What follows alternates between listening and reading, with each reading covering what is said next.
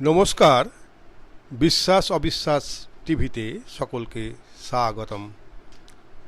আজ থেকে আমরা ভগবানের কৃপা নামক এক নতুন ধারাবাহিক উপস্থাপন করব, যেখানে শুধু আপনাদের কথাই আমরা তুলে ধরব। আমরা যারা এই চ্যানেলের দর্শক, তাদের অনেকেরই জীবনে গুরুর কৃপা বা ভগবানের কৃপা লাভ হয়েছে। তারই মধ্যে একজন ভক্তের কথা আপনাদের সামনে তুলে ধরছি, যিনি অনুকূল ঠাকুরের ভক্ত। কথায় বলে, ভক্তের বোঝা ভগবানে বয়। তারই নিদর্শন স্বরূপ এক অলৌকিক অথচ সত্য ঘটনা আপনাদের সামনে তুলে ধরছি। মিনতি দেবী বাঁকুড়া জেলার মেয়ে এবং বিয়ে হয় বাঁকুড়ার বিষ্ণুপুরের সুকুমার চক্রবর্তীর সঙ্গে, যিনি পেশায় একজন বিস্কুট কারখানার কর্মী। আয় মোটামুটি। সুকুমার বাবু বিয়ে করেন একটু বেশি বয়সে। সংসারের বাড়ির বড় হওয়ার কারণে দায়িত্বটা বেশি নিতে হয় তাকে। কারণ তার বয়স যখন 25, তখন বাবা মারা যান। সংসারে 3 ভাই, 1 বোন ও মায়ের দায়িত্ব সবটাই তার কাঁধে। ঈশ্বর সহায় ছিল, তাই তিনি একটি বিস্কুট কারখানায় কাজ পেয়ে যান। সেই আয় থেকে তিনি সকলের দেখাশোনা করেন, বোনের বিয়ে দেন, ভাইদের প্রতিষ্ঠায় সাহায্য করেন এবং তাদের সকলেরই বিয়ে দেন। বিয়ের অনেক বয়স পেরিয়ে গেছে এই ভেবে তিনি প্রথমে বিয়েতে রাজি হননি। কিন্তু ভাইয়েরা বিয়ের পর যে যার আলাদা হয়ে যায়, ফলে মাকে দেখার জন্য কেউ আর থাকে না। শেষে মাকে দেখার জন্য তিনি 40 বছর বয়সে বিয়ে করেন মিনতি দেবীকে, যিনি প্রকৃত অর্থেই ধর্মপ্রাণ মহিলা ছিলেন, যিনি যে কোনো ধর্মীয় অনুষ্ঠানে অগ্রণী ভূমিকা পালন করতেন। সুকুমারবাবু বিয়ের আগে তিনি সব ঘটনা মিনতি দেবীকে খুলে বলেন, তারপর বিয়ের পিঁড়িতে বসেন। যে কোনো কারণই হোক, এনারা স্বামী এবং স্ত্রী হিসাবে একে অপরের পরিপূরক, জ্যোতিষ ভাষায় যাকে বলে রাজ্যটক। অনাড়ম্বর অনুষ্ঠানের মধ্য দিয়ে তাদের বিবাহ হয়। 2 বছরের মাথায় তাদের একটি পুত্র সন্তান হয়। নাম রাখা হয় কৃষ্ণ, কারণ তার গায়ে রং ছিল কালো। কৃষ্ণ বড় হয়, স্কুলে পড়তে থাকে। ইতিমধ্যে পাড়ার এক মহিলা মিনতি দেবীকে একদিন সৎসঙ্গের অনুষ্ঠানে নিয়ে যান। সেখানে ঠাকুর অনুকূল চন্দ্রের জীবন ও বাণী নিয়ে আলোচনা হচ্ছিল। মিনতি দেবীর খুব ভালো লাগে। তিনি কিছুদিনের মধ্যেই ঠাকুরের দীক্ষা নেন। দীক্ষা নেবার পর নিষ্ঠা সহকারে প্রতিদিন সকাল সন্ধ্যায় প্রার্থনা করেন এবং শয়নে স্বপনে তিনি তার কাছে আরাধ্য ঠাকুর হয়ে ওঠেন। 16 বছর বয়সে কৃষ্ণ মাধ্যমিক পাস করে। পড়াশোনায় ভালো না হওয়ার কারণে 3rd ডিভিশনে পাস করে। কম নম্বর পাওয়ার কারণে তার আর উচ্চ মাধ্যমিক পড়া হয়ে ওঠেনি। কৃষ্ণ পড়াশোনায় ভালো না হলেও ভালো ফুটবল খেলত। কিন্তু ফুটবল খেলে কি ভবিষ্যৎ গড়া যাবে? সুকুমারবাবু একদিন স্ত্রীকে বললেন, দেখো, আমার চাকরি তো বেশি দিন নেই, কি করে আমাদের চলবে বলো তো? মিনতি দেবী বললেন, তুমি চিন্তা করো না, আমার গুরু আছে, ঠিক একটা ব্যবস্থা হয়ে যাবে। ছেলের 18 বছর বয়স পূর্ণ হয়েছে। ঠিক এই সময় পাড়ার এক কাকা মিনতি দেবীকে বললেন, ছেলেকে সরকারি চাকরির পরীক্ষায় বসতে বলো না। তারপর একটা কাগজ দেখিয়ে বলে ওঠেন, এই দেখো, মাধ্যমিক পাস ছেলে নিচ্ছে রেল, RPF-এর কনস্টেবল পদ, 100 নম্বরের লিখিত পরীক্ষা।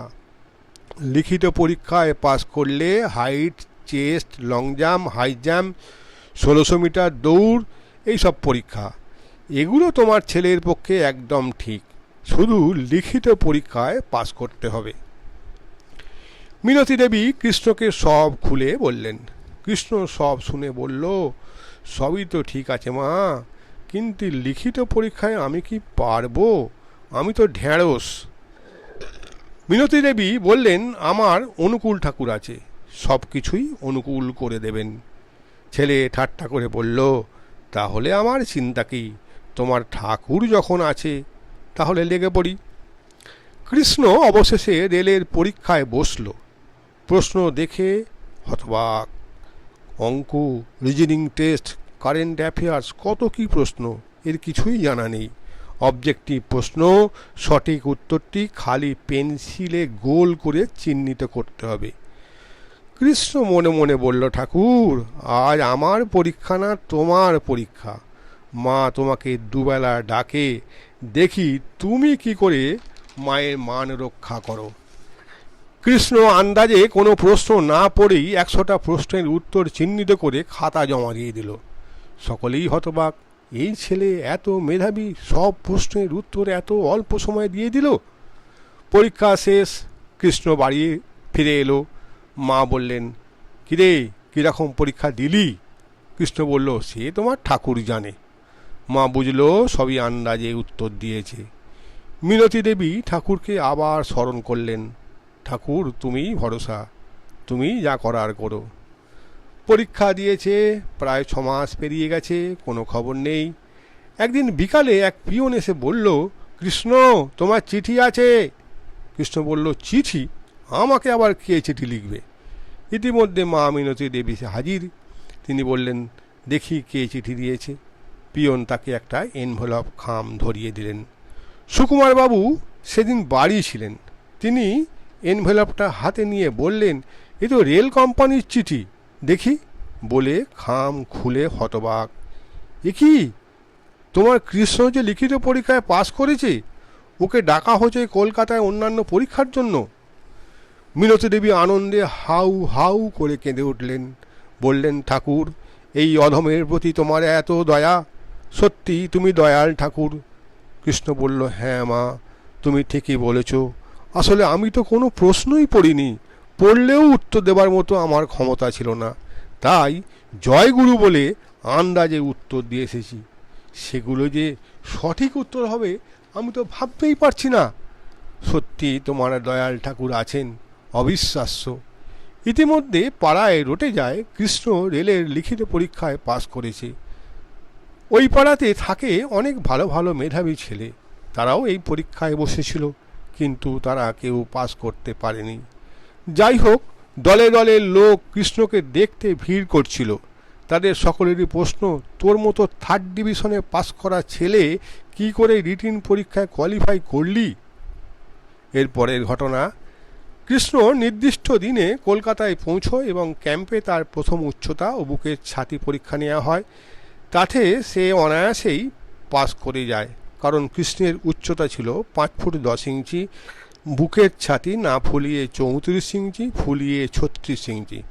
তারপর তাকে 4 ফুট উচ্চতার হাই জাম্প ও 14 ফুটের লং জাম্পের পরীক্ষা নেওয়া হয়। সব পরীক্ষাতেই সফল। এবার 1600 মিটার দৌড় 10 মিনিটে। যেহেতু সে ফুটবল খেলতো, তাই তার পক্ষে এগুলো খুব সহজ ছিল। সব পরীক্ষায় সফল হওয়ার পর যিনি পরীক্ষা নিচ্ছিলেন সেই অফিসার তাকে বললেন, কোথায় বাড়ি? কৃষ্ণ বলল, স্যার, আমি বাঁকুড়ার ছেলে। অফিসার বললেন, তোমাদের মতোই ছেলে আমাদের রেলে দরকার, যাও বাড়ি যাও, ঠিক সময় খবর পেয়ে যাবে। এর ঠিক 3 মাস পর তার বাড়িতে রেল কোম্পানির চিঠি আসে যে সে সিলেক্টেড। সে যেন 7 দিনের মধ্যে কলকাতায় আরপিএফের হেড অফিসে যোগাযোগ করে। অবশেষে কৃষ্ণ আরপিএফের কনস্টেবল পদে যোগদান করে। মিনতি দেবী এই কথাগুলো বলার সময় বারবার কেঁদে ফেলছিলেন।